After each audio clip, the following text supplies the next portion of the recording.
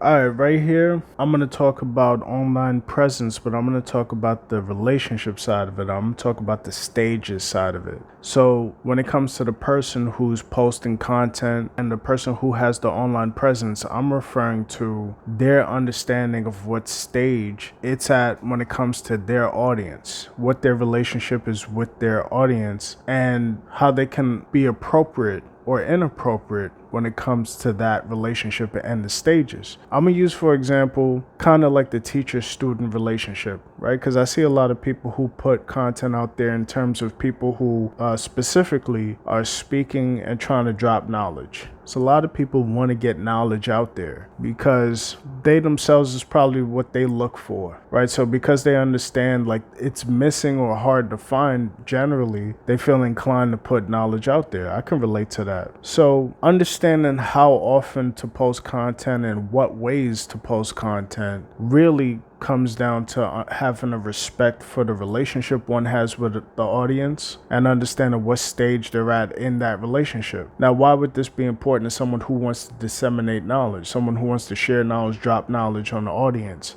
And that's just the type of talk they're into. Well, the importance around that is understanding there's so many different ways to convey the same information. And there's so many ways to do your best or be the better version of yourself as far as someone who's sharing knowledge and information, right? That's going to vary according to the kind of student you have. But a person who has no idea or impression of what their students are and how their ears work, the way that they're going to shape the information and whether they're going to be able to process it or not, that's going to either bring out the best or a mediocre result in the person sharing knowledge. So a lot of people, you can see them kind of flail when it comes to trying to take on this task because they'll jump the gun oftentimes. They'll seemingly be at a different stage in a relationship with the audience. But there's no audience, there's no engagement that has been formed. So they're presenting things that really should only be presented when there's a connection present, when there's some kind of feedback that's been given, there's some kind of correspondence.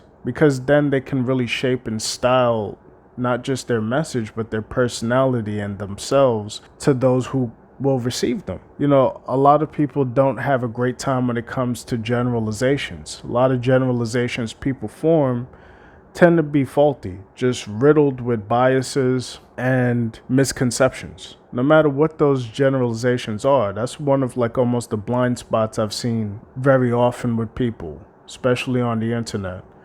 It's fairly common that people will think in terms of groups and collectives, and they'll be inaccurate about those estimations, and they're kind of just seeing what they want to see.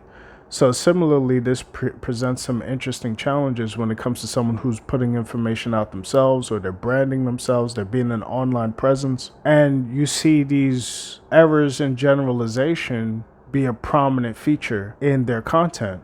And that really starts to diminish what they have to offer. So I think that that's one of the corrective measures that helps somebody understand as an online presence, how often should you be appealing to the people and what ways should you be appealing to the people? Initially, it's going to be potentially. Who are these potential people? Who's the potential audience? But in the first place, it's better to present things where you can have an understanding of if we're just getting to know each other. If we're just kind of starting out, we're in the early stages of the relationship, then how would I present myself? In what way would I conduct myself? And until engagement has been established, it should probably stay there. You see, back to the student teacher dynamic, every set of students is going to have a different capability. Some people it's almost like a coded way of speaking where when you have a rapport, when you have a relationship, and the connection is streamlined, the connection is smooth, then the people in that relationship understand what they're saying with one another. And that would be built off of references. That would be built off of moments where it's like you kind of had to be there. That'll be built off of inferences and an understanding. It's built off of chemistry. So at that point, the way a person is going to communicate or present themselves is really tailored to that audience and any audience that's similar to that audience. Anybody who's even in the periphery as far as their values and the way they think and the way they listen, those are the people who are going to be most interested and engaged by that online presence. This in general is a way to address what I've seen be a gross miscalculation when it comes to people trying to present an online presence effectively. One thing to understand is that different people they resonate differently. They form different impressions. They have almost a different kind of lifespan in terms of their presence. They have a different magnitude, and that varies. And it's going to be very specific when it comes down to understanding the timing. What's the proper timing? How often should a person trying to be in front of an audience?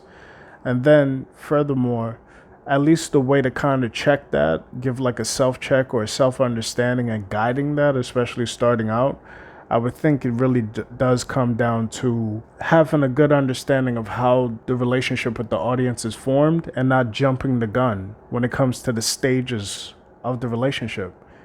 Not presenting things that really don't make sense to present when you're just getting to know somebody. Right. And I see some people just kind of grind away, and, it's cool not to have views or engagement dictate what you find to be purposeful or successful as someone putting yourself out there in the internet space. But it's a lot more savvy to understand that there's still ways of keeping a better standard for oneself rather than just kind of throwing things to the wall and seeing what sticks. And one of the ways to be able to ensure that everything's appropriate and everything's balanced in that way is to have that self-check of like, well, what makes sense to present at this stage of the relationship? Also appreciating like when the audience is engaged or not, right? So just ignoring that any audience is engaged is not effective communication. It's not an effective way of being a presence.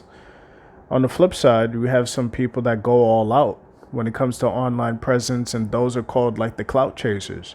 Those are people that do anything for attention, anything for engagement, right? So a lot of people don't want to fit that model. Of course, that has rapidly diminishing returns, and that's not a very humane approach anyway. That's something that kind of only works in an internet setting where there's not immediate access to the person physically. Like in a physical environment, clout chasing and all of that, most people understand that there's nothing to gain from behaving that way in person. It's just like an internet specific thing. No wonder clout chasing really became a prominent and popularized term as social media was taking off more in the 2010s. So even though erring on the side of clout chasing on the internet's not a great approach, on the flip side, it is important to respect engagement and to conduct oneself as if you understand the level of engagement you've achieved. That must be respected. It can't be ignored. Like, oh, I got no engagement. Doesn't matter. I'm just going to keep trucking on. Well, that doesn't work in terms of human behavior. If you're having a conversation with somebody and you see there's no engagement, trucking on just means you're a nuisance. Right? If you're conducting a conversation, you see the person's not giving you any feedback, they seem totally disinterested, and you just keep going. Well, how is that supposed to be a positive presence? How is that supposed to be a worthwhile endeavor? So you see, because it's not a live feedback system where someone might record something or drop a post or whatever, not only is it not a live feedback system, it's lacking a lot of organic materials such as body language. It's easy to have these misconceptions. And time will tell if people at some point have a better understanding of how online presence works and how to bring those organic materials or organic estimates into the internet space without having to rely on overcompensating, like trying to make things even more virtual. That shouldn't be necessary. You shouldn't have to have basically some online avatars in order to understand, like, on average, what is going to be reasonable behavior and effective communication and a positive presence, or like a successful and valuable presence.